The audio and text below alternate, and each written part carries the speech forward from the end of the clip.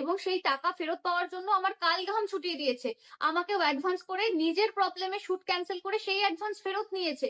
এরকম অনেক সমস্যা আমি ফেস করেছি, কিন্তু কোনোদিন কারোর দিকে সোশ্যাল মিডিয়াতে আঙুল তুলিনি, নিজের মধ্যে রেখেছি ক্ষোভগুলো।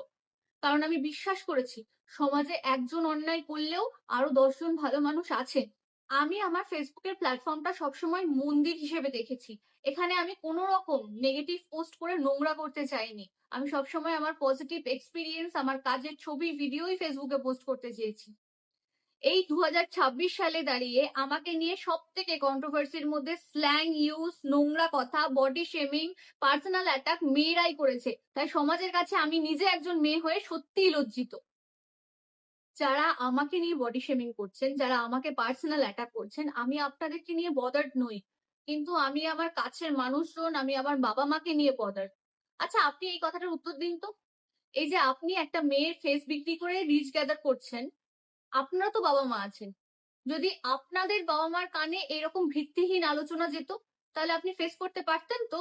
ভিডিও শেষে একটাই কথা বলবো, এই ভিডিও যা যা টপিক ছিল, মানে কুচবিহার সেমিনারের অরিজিনাল ঘটনা নিয়ে এর আগে আমি একটা লেখা পোস্ট করি, এবং আনফরচুনেটলি সেই লেখাটা অনেক বড় হয়ে যায়। সেখানে বেশিরভাগ মানুষ কমেন্ট করে যে এত বড় লেখা পড়ার ধৈর্য আমাদের নেই। অথচ তাদের প্রোফাইলে গিয়ে আমি দেখতে পারি ওই কমেন্ট করে আসার পরেও তারা আমার ব্যাপারে কিছু না জেনে অনেক নেগেটিভ পোস্ট করেছেন। এবার আপনারা বিচার করুন তো, একটা মানুষের কাছে সত্যি যাচাই করার কোনো সময় নেই, অথচ আরেকটা মানুষকে নিয়ে নেগেটিভ পোস্ট করে দেওয়ার জন্য অঢেল সময় আছে।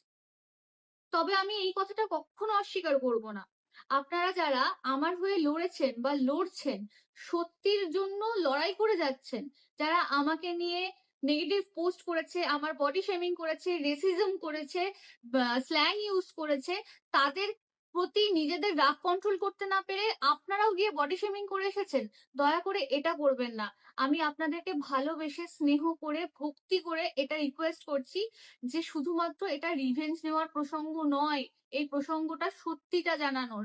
তাই যদি আপনি আমাকে ভালোবেসে থাকেন বা আমার ভালো চেয়ে থাকেন, তাহলে অন্যান্য কাউকে গিয়ে রিভেঞ্জ নেওয়ার তাগিদে উল্টে তাকেও বডি শেমিং করে আসবেন না। পারলে এই ভিডিওটা আপনার টাইমলাইনে শেয়ার করে রাখুন, যাতে আর 5টা মানুষ সত্যিটা জেনে তারপর আমাকে নিয়ে পোস্ট করতে সাহস পায়। আর হ্যাঁ, আর একটা কথাও বলে রাখি, এই ভিডিওতে আমি যা কিছু বললাম তার সত্যি যাচাইয়ার্থে আপনারা যদি চান কোনো রকম এভিডেন্স, সমস্ত কিছু আমার কাছে প্রমাণ আছে। আমি সমস্ত প্রমাণ আপনাদেরকে দিতে পারবো। আপনাদের যে কোনো প্রশ্ন এবং যা জানার আছে, কমেন্ট সেকশনে কমেন্ট বক্স খোলা রইলো, আপনারা কিন্তু কমেন্ট করুন। আমি আপনাদের সকলের সমস্ত প্রশ্নের উত্তর দিয়ে ক্লিয়ার করার চেষ্টা করব। Thanks for watching.